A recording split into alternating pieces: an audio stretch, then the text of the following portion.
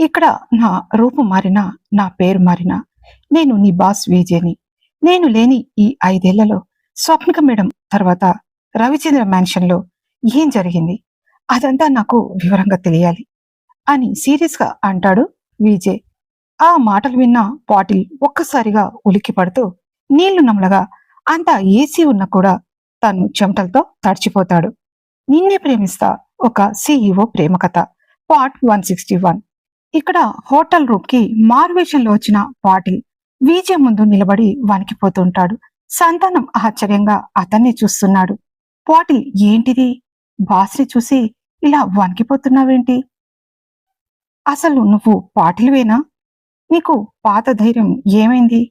అని అడుగుతాడు సంతానం. ఏం పాటిల్, ఏమైంది? గతం గురించి చెప్పడానికి అంత భయపడుతున్నావా?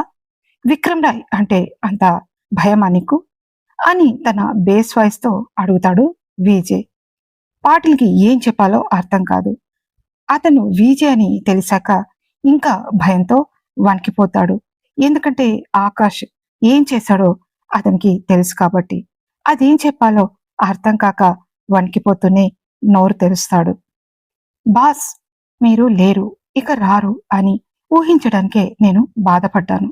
నేనే ఇంత బాధలో ఉంటే ఇక మీ ఫ్యామిలీ ఇంకా మేడం గారి బాధ మేమందరం చూసి తట్టుకోలేకపోయాం. అప్పుడే ఈ ఆకాష్, వాడు చాలా డేంజరస్ ఫెలో. మీరు చనిపోయారని తెలిసిన 6 నెలల తర్వాత మేడంతో పరిచయం అయ్యాక వాడు ఒక యముడిలా మన ఆఫీస్లోకి అడుగుపెట్టాడు. అడుగుపెట్టిన తర్వాత ఆఫీస్ అంతా కళ్ళే తిరుగుతూ అప్పుడప్పుడు వచ్చిపోతుండేవాడు. తర్వాత కొన్ని రోజులకు ఒకసారి నన్ను స్వప్నిక మేడం లేనప్పుడు ఛాంబర్లోకి పిలిచారు అని భయం భయంగా అంటాడు పాటిల్. ఏమన్నాడు వాడు అని తీక్షణంగా చూస్తూ అడుగుతాడు విజయ్. మ్యాన్షన్ దగ్గర, ఆఫీస్ దగ్గర ఉన్న మన పాత సెక్యూరిటీ మొత్తాన్ని ఇప్పుడే తీసేయమని ఆర్డర్ వేశాడు. వాళ్ళందరినీ తీసుకొని దొబ్బై అని అన్నాడు. నేను సీరియస్ అయ్యి, నేను రమేష్ గారు కృష్ణమూర్తి గారితో మాట్లాడతాను అని గట్టిగా అన్నాను బాస్. కానీ వాడొక నవ్వు నవ్వి తన ల్యాప్టాప్ లో ఒక విజువల్ చూపించాడు అని బాధగా అంటాడు పాటిల్. ఏంటది అని టెన్షన్ గా అడుగుతాడు విజయ్. మన మ్యాన్షన్ చుట్టూ లోపల బయట ప్రతి గదిలో వాడు బాంబులు పెట్టించాడు బాస్. ఈ విషయం ఎవరికైనా చెప్పినా లేదా నువ్వు ఇక్కడ అతి తెలివి ప్రదర్శించిన ఒక్క సెకండ్లో స్విచ్ నొక్కుతాను, ఇల్లు మొత్తం కూలిపోతుంది. ఈ ఇంట్లోని మనుషులు ఆ కూలిన గొడవల మధ్య సజీవ సమాధి అవుతారు అని వార్నింగ్ ఇచ్చాడు. మీరు లేరు, నేను ఒక్కడిని అయిపోయాను అని కన్నీళ్లు తెచ్చుకుంటాడు పాటిల్. అంతేకాదు బాస్ అని పాటిల్ మళ్ళీ మాట్లాడుతూ, వాడు అన్న మాటలు చెప్పడానికి నాకు నోరు రావడం లేదు బాస్. అంత అసహ్యంగా మేడం గురించి మాట్లాడాడు అని కళ్ళ నీళ్లు తెచ్చుకుంటూ ఆగిపోతాడు పాటిల్. వాడు ఏమన్నాడో నువ్వు చెప్పి తీరాలి ఇప్పుడు అని విజయ్ కోపంగా అంటాడు. బాస్, అవి చెప్పడానికి నాకు చాలా ఇబ్బందిగా ఉంది అని నసుగుతూ అంటాడు పాటిల్. పర్వాలేదు, నువ్వు ఆ మాటలు చెప్తే వాడిని నేను ఎలా శిక్షించాలో నాకు ఖచ్చితంగా తెలిసి తీరుతుంది అని రౌద్ర రూపంతో అంటాడు విజయ్. మళ్ళీ నేను నా టీంతో ఇక్కడి నుంచి శాశ్వతంగా వెళ్ళకపోతే ఇప్పటికే మేడం పైన బయట రకరకాలుగా రూమర్స్ పుడుతున్నాయని, ఆ రూమర్స్ ని నిజం చేస్తూ ఇప్పుడు విజయ్ చనిపోవడం వల్ల అతని సెక్యూరిటీ చీఫ్ పాటిల్తో స్వప్నిక రాసలీలలు అని సోషల్ మీడియాలో పోస్ట్ పెడతానని బెదిరించాడు. ఇంకా మేడం గురించి, మీకు ఆమెకు మధ్య ఉన్న బంధం గురించి ఏవేవో అసభ్యంగా వాగాడు. నేను వినలేకపోయాను. మీరు లేరు, ఇప్పటికే మేడం, రవిచంద్ర ఫ్యామిలీ చాలా కష్టపడ్డారు. నా వల్ల మీ ఫ్యామిలీకి ఎలాంటి ఇబ్బంది రాకూడదని మేడంని కలిసి మీరు లేకపోవడంతో నేను తట్టుకోలేకపోతున్నానని నేను రిజైన్ చేసి నా టీంతో వెళ్ళిపోతానని చెప్పాను. అప్పుడు మేడం, మీ బాస్ మిమ్మల్ని తన దగ్గర పనిచేసే వాళ్ళలా కాకుండా తన ఫ్యామిలీలా ట్రీట్ చేశారు. అలాంటప్పుడు అన్నయ్య లేకపోతే వదిన సెక్యూరిటీ మీకు అవసరం లేదా? నువ్వే ఇలాగైతే అతను నా భర్త, నేనేమైపోవాలి పాటిల్? నీ డిసిషన్ మార్చుకో, నువ్వు వెళ్ళిపోకు, మాతో పాటు ఉండు అని బాధగా అన్నారు. కానీ ఎప్పుడు వచ్చాడో ఏంటో మేము మాట్లాడుతున్న టైంలోనే మేడం పర్మిషన్ తీసుకుని ఛాంబర్లోకి వచ్చిన ఆకాష్ నా తరపున మాట్లాడుతూ, పాపం ఆయన అంత ఇదిగా ఫీల్ అవుతున్నాడు అంటే ఎందుకు అతన్ని బలవంత పెడతావు? నాకు తెలిసిన మంచి సెక్యూరిటీ టీం ఉంది, వాళ్ళని నేను అరేంజ్ చేస్తాను అని చెప్పాడు వాడు. కానీ అటు మేడంతో తీయగా మాట్లాడుతూనే కళ్ళతో నాకు వార్నింగ్ ఇవ్వడం మొదలుపెట్టాడు. దాంతో నేను మేడంకి నా రిజిగ్నేషన్ లెటర్ ఇచ్చేసి వెళ్ళిపోయాను అని బాధపడుతూ అంటాడు పాటిల్. విజయ్ పిడికిలి బిగించాడు. అతని చేతిలో ఉన్న వైన్ గ్లాస్ పై విజయ్ పట్టు పెరిగి అది పగిలేలా ఉంది. మరి ఆదిత్య ఫ్యామిలీ, డాలీ, భూపతి వాళ్ళంతా ఏమయ్యారు అని అడుగుతాడు విజయ్. ఆకాష్ వాళ్ళని మన బేస్ నుంచి తప్పించాడు. వాడు నాకు వార్నింగ్ ఇచ్చాక నేను రహస్యంగా వాళ్ళని చూడ్డానికి వెళ్ళాను. కానీ అక్కడ వాళ్ళు లేరు. కొన్ని రోజుల తర్వాత ఊరి బయట డాలీ శవం దొరికిందని పేపర్లో చూశాను. ఆమె ముఖం గుర్తుపట్టడానికి వీల్లేకుండా ఉంది. కానీ డాలీని చంపిన ఆకాష్ భూపతి ఫ్యామిలీని ఏమీ చేయకుండా ఎందుకు వదిలిపెట్టాడో నాకు అర్థం కాలేదు. ఇప్పుడు ఆదిత్య భూపతి ఫ్యామిలీ ఏమయ్యారో కూడా ఎవరికీ తెలియదు అని అంటాడు పాటిల్. బాస్, ఇదేదో తేడాగా ఉంది. ఆ ఆకాష్ గడికి ఈ భూపతి గడికి మధ్య ఏదో లింక్ ఉంటుంది. వాడు వాళ్ళని వదిలిపెట్టాడు అంటే ఖచ్చితంగా వాళ్ళ మనిషే అయి ఉంటాడు వీడు అని అంటాడు సంతానం. విజయ్ ఆలోచనలో పడిపోతూ, డాలీకి అన్ని విషయాలు తెలుసు కాబట్టి దాన్ని చంపేశాడు సరే, మళ్ళీ ఆదిత్య డాలీ ఫోటోలు వీడియోలు కూడా మనం డిస్ట్రాయ్ చేశాం. వీలైతే ఆ ఆదిత్య గడే మళ్ళీ డాలీతో అలా చేసి నా ఫ్యామిలీని, స్వప్నికని తన కంట్రోల్లో పెట్టుకోవచ్చు. కానీ ఆకాష్ మధ్యలో దూరి తన దారికి ఎవరు అడ్డు ఉండకూడదని వాళ్ళని కూడా అని అంటూ ఆగిపోయిన విజయ్కి వెంటనే అర్థమవుతుంది. అవును బాస్, ఆ రోజు మనం ఆదిత్య డాలీలకు సంబంధించిన ఆ నీచమైన వీడియోలు డిస్ట్రాయ్ చేశాం కాబట్టి వాళ్లకు ఇప్పుడు భయం లేదు. కానీ ఇప్పుడు అసలైన విలన్ ఈ ఆకాష్. వాడి గురించి తెలుసుకోవడానికి నాకు కొంచెం టైం ఇవ్వండి. నేను ప్రాణాలకు తెగించైనా వివరాలు కనుక్కుంటాను అని అంటాడు పాటిల్. డౌట్ లేదు, ఈ ఆకాష్ గాడు నాగిరెడ్డి పెద్ద కొడుకు అయి ఉంటాడు. అమరేంద్ర మామయ్య దగ్గర ఉన్న ఆ 200 కోట్ల షేర్స్ వాల్యూ ఈ 5 ఏళ్లలో ఇంకా పెరిగి ఉంటుంది. వాటి గురించి ఈ ఆకాష్ గాడు నా భార్యని, నా ఫ్యామిలీని లొంగ తీసుకోవడానికి వచ్చుంటాడు. చూసావా సంతానం, నా భార్య ఫ్యామిలీ చుట్టూ బాంబులు పెట్టించి వాడు నా కొడుకుని, నా భార్యని బందీలుగా చేసుకుని రాక్షసానందం పొందుతున్నాడు. వాడు బాంబులు పెట్టాడు, కానీ నేను ఆ బాంబులు పేలకుండానే వాడి గుండెల్లో మంటలు పుట్టిస్తాను. రేపు ఆ పార్టీ అరేంజ్ చేయి. నా ఫ్యామిలీ ఏ స్థితిలో ఉందో నేను కళ్ళారా చూడాలి అని సీరియస్ గా అంటాడు విజయ్. మర్నాడు ఉదయం ఎస్ఎన్ఎస్ ఆఫీస్ బయట బ్లాక్ కార్ల కాన్వై ఆగింది.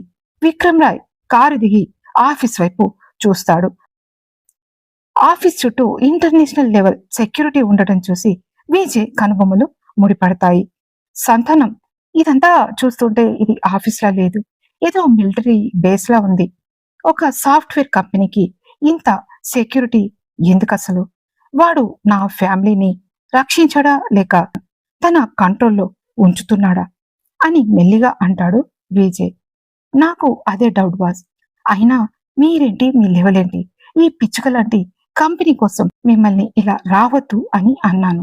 నేను కాల్ చేసిన తర్వాత మీరు వస్తే బాగుండేది అని తన గన్ సర్చ్ చేసుకుంటూ అంటాడు విజయ్. సంతానం ఇక్కడి పరిసరాలు గమనించాలి.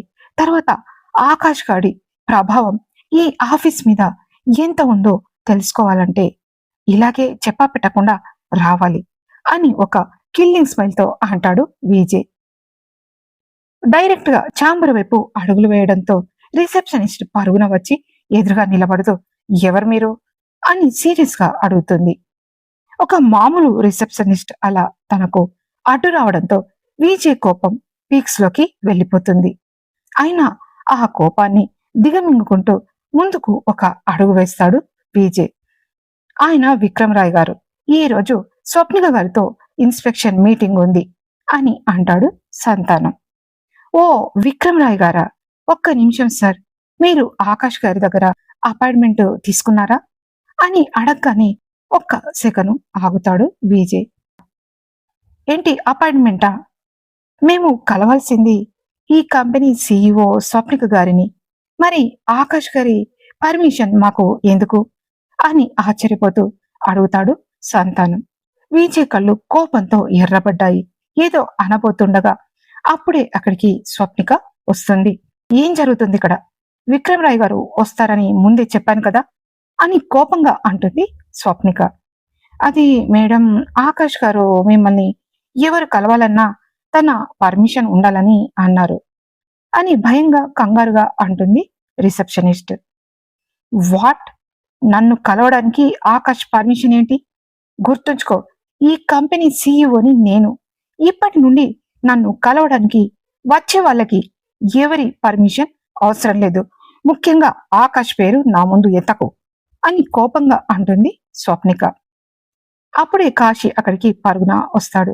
అతని వైపు సీరియస్ గా చూస్తూ, కాశీ, ఏంటిదంతా?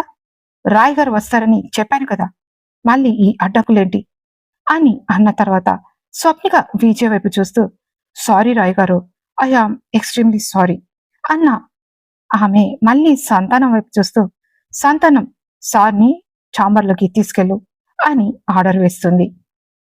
అలాగే వదిన అని అంటాడు సంతానం. ఆయన విజయ్ కదలకుండా కాశీ ఏమంటాడో విందామని అక్కడే ఆగిపోతాడు. అతని ముఖానికి ప్లాస్టిక్ సర్జరీ అయ్యింది కాబట్టి ఎవరు విజయ్ని గుర్తుపట్టలేదు. అది మేడం, ఆకాష్ గారే మీ షెడ్యూల్ మొత్తం ప్లాన్ చేస్తున్నారు. ఆయన చెప్పినట్టే మేము ఫాలో అవుతున్నాం అని నసుగుతూ అంటాడు కాశీ. చూడు, ఈ ఆఫీస్ నాది, నేను చెప్పినట్టే నడవాలి.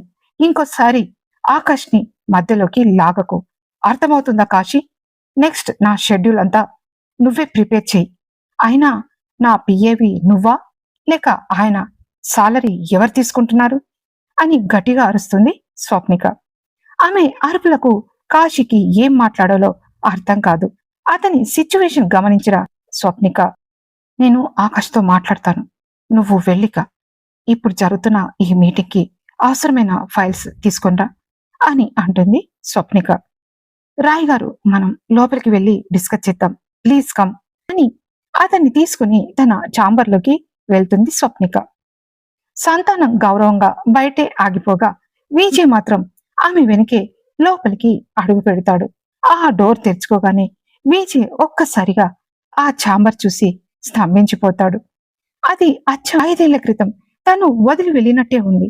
టేబుల్ మీద తన పెన్ స్టాండ్, తను స్వప్నిక షేర్ చేసుకుని తాగే కాఫీ మగ్, పక్కనే స్వప్నికతో ఉన్న తన పెద్ద ఫోటో. గది నిండా విజయ్ జ్ఞాపకాలే. గాలిలో కూడా తనకి ఇష్టమైన ఆ గంధపు పరిమళం వస్తుంది. స్వప్ని, ఈ 5 ఏళ్లలో ఏది మార్చలేదా నువ్వు? బయట లోకం నిన్ను ఆకాష్ గుప్పిట్లో ఉంది అని అనుకుంటున్నా, నీ గుండె లోపల మాత్రం నా కోసమే ఒక రాజ్యాన్ని దాచుకున్నావా? నా జ్ఞాపకాల మధ్య నువ్వు ఎలా బతుకుతున్నావు చూస్తుంటే నా ప్రాణం విలవిలలాడుతుంది స్వప్ని అని మనసులో అనుకున్న విజయ్ ఒక్కసారిగా విలవిలలాడిపోతాడు. ఏంటి రాయ్ గారు అలా చూస్తున్నారు, కూర్చోండి అని అతని వైపు చూస్తూ అంటుంది స్వప్నిక. ఎదురుగా గోడ మీద ఉన్న ఒక పెద్ద ఫోటో దగ్గర ఆగిపోతాడు విజయ్. అది తన పాత ఫోటో. నవ్వుతూ చాలా కాన్ఫిడెంట్ గా ఉన్న విజయ్ దాన్ని చూసి ఒక్క క్షణం నిశ్శబ్దమైపోతాడు విక్రమ్ రాయ్ విజయ్. అతను అని తన బొంగురుపోయిన గొంతుతో అడుగుతాడు విజయ్. మెల్లిగా ఆ ఫోటో దగ్గరికి వెళ్ళి చాలా ప్రేమగా ఆ ఫోటోని నిమురుతూ, అతను నా విజయ్, నా భర్త, నా ప్రపంచం. ఈ కంపెనీకి పునాది ఆయనే, నా జీవితానికి ప్రాణం కూడా ఆయనే. లోకానికి ఆయన లేకపోవచ్చు రాయ్ గారు, కానీ నాకు మాత్రం ఈ గదిలో ప్రతి అణువులో ఆయనే కనిపిస్తారు. ఆయన వాడిన పెన్, ఆ మగ్, చివరికి ఈ గాలిలో కూడా ఆయన ప్రజెన్స్ ఉంటుంది అని మెల్లిగా అంటుంది స్వప్నిక. స్వప్నిక కళ్ళల్లో నీళ్లు తిరుగుతుంటే విజయ్ తనని తాను కంట్రోల్ చేసుకోవడానికి తన ఎడమ చేయి పిడికిల్ని గట్టిగా బిగించుకుంటాడు. ఆమె పడుతున్న ఆవేదన చూస్తుంటే ఒక్కసారిగా ఆ ముసుగు తీసేసి నిజం చెప్పేయాలని అనిపిస్తుంది అతనికి. సారీ రాయ్ గారు, ఎమోషన్ అయ్యాను కదా, కూర్చోండి అని కన్నీళ్లు తుడుచుకుంటూ అంటుంది స్వప్నిక. స్వప్నిక గెస్ట్ సోఫా వైపు చూపిస్తుంటే విజయ్ మాత్రం తన పాత ఎండి చైర్ ఖాళీగా ఉండటం చూసి తెలియకుండానే అతని అడుగులు అటువైపు పడతాయి. నెమ్మదిగా వెళ్లి తన కళ్ళలోని నీటిని ఆపుకుంటూ గంభీరంగా తన పాత కుర్చీలో కూర్చుంటాడు విజయ్. ఆ కుర్చీ తగిలిన స్పర్శ అతనికి తను మళ్ళీ తన రాజ్యంలోకి వచ్చిన అనుభూతినిస్తుంది. రాయ్ గారు అది అని షాక్ అవుతూ అంటుంది స్వప్నిక. కుర్చీ హ్యాండిల్స్ మీద చేతులు ఆనించి కళ్ళు మూసుకొని ఆ స్పర్శని అనుభవిస్తూ, ఈ కుర్చీలో ఏదో పవర్ ఉంది మిసెస్ స్వప్నిక. ఇందులో కూర్చుంటే ఏదో తెలియని ప్రశాంతత, ఒక మనిషి తన సొంత ఇంటికి తిరిగి వచ్చినట్టుగా అనిపిస్తుంది. మీ భర్త ఈ కుర్చీలో కూర్చున్నప్పుడు కూడా ఇలాగే ఫీల్ అయ్యేవాడేమో అని మెల్లిగా అంటాడు విజయ్. ఆమె ఆశ్చర్యంగా అలాగే చూస్తూ, ఏంటిది, ఈ రాయ్ గారు ఈ కుర్చీలో కూర్చున్న తీరు అచ్చం విజయ్ ఉంది. ఆ కూర్చునే స్టైల్, ఆ చూపు అన్ని విజయ్ని గుర్తు చేస్తున్నాయి. ఎవరు ఈ విక్రమ్ రాయ్, ఇంత దగ్గరగా ఎందుకు అనిపిస్తున్నారు అని మనసులో అనుకుంటుంది. అప్పుడే ఆకాష్ డోర్ తీసుకుని లోపలికి వస్తాడు. విజయ్ ఆ ఎండి కుర్చీలో కూర్చోవడం చూసి వాడికి ఒళ్ళు మండిపోతుంది. మిస్టర్ రాయ్, ఆ కుర్చీలో ఎవరు కూర్చోకూడదని ఇక్కడ ఒక రూల్ ఉంది. అది స్వప్నిక పర్సనల్ సెంటిమెంట్. దయచేసి లేచి సోఫాలో కూర్చోండి అని సీరియస్ గా అంటాడు ఆకాష్. చాలా రిలాక్స్ గా కుర్చీలో వెనక్కి వాళ్తూ, రూల్స్ సామాన్యుల కోసం ఆకాష్, విక్రమ్ రాయ్ కోసం కాదు.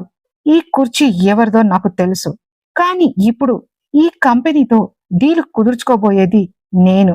ఈ సీట్ నా హోదాకు సరిగ్గా సరిపోతుంది. ఏమంటారు మిసెస్ స్వప్నిక అని గంభీరంగా అంటాడు విజయ్.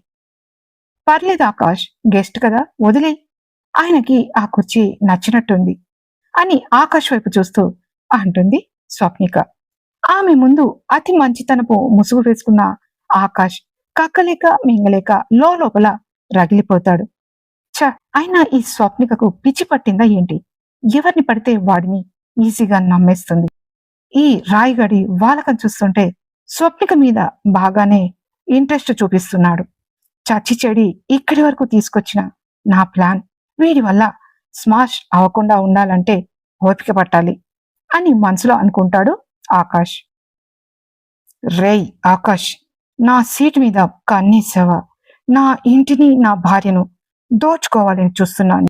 నిన్ను ఈ కుర్చీలో నుండే నేను ఇచ్చే తీర్పుతోనే పాతాళానికి తొక్కుతాను, చూస్తూ ఉండు అని తనకు వస్తున్న కోపాన్ని కంట్రోల్ చేసుకుంటూ మనసులో అనుకుంటాడు విజయ్. ఇంతలో డోర్ ఎవరో నాక్ చేయడంతో స్వప్నిక కమిన్ అని అంటుంది. లోపలికి వచ్చిన వాళ్ళని చూసిన విజయ్ షాక్ అవుతాడు. ఇంతకీ లోపలికి వచ్చింది ఎవరు? విజయ్ అంతలా ఎందుకు షాక్ అవుతాడు? నెక్స్ట్ పార్ట్ లో తెలుసుకుందాం. ఈ పార్ట్ మీకు నచ్చినట్టయితే వెంటనే హైప్ ఇచ్చి లైక్ చేసి కామెంట్ పెట్టండి. నెక్స్ట్ పార్ట్ కోసం ఇప్పుడే సబ్స్క్రైబ్ చేసుకోండి. మళ్ళీ కలుద్దాం. Thank you so much.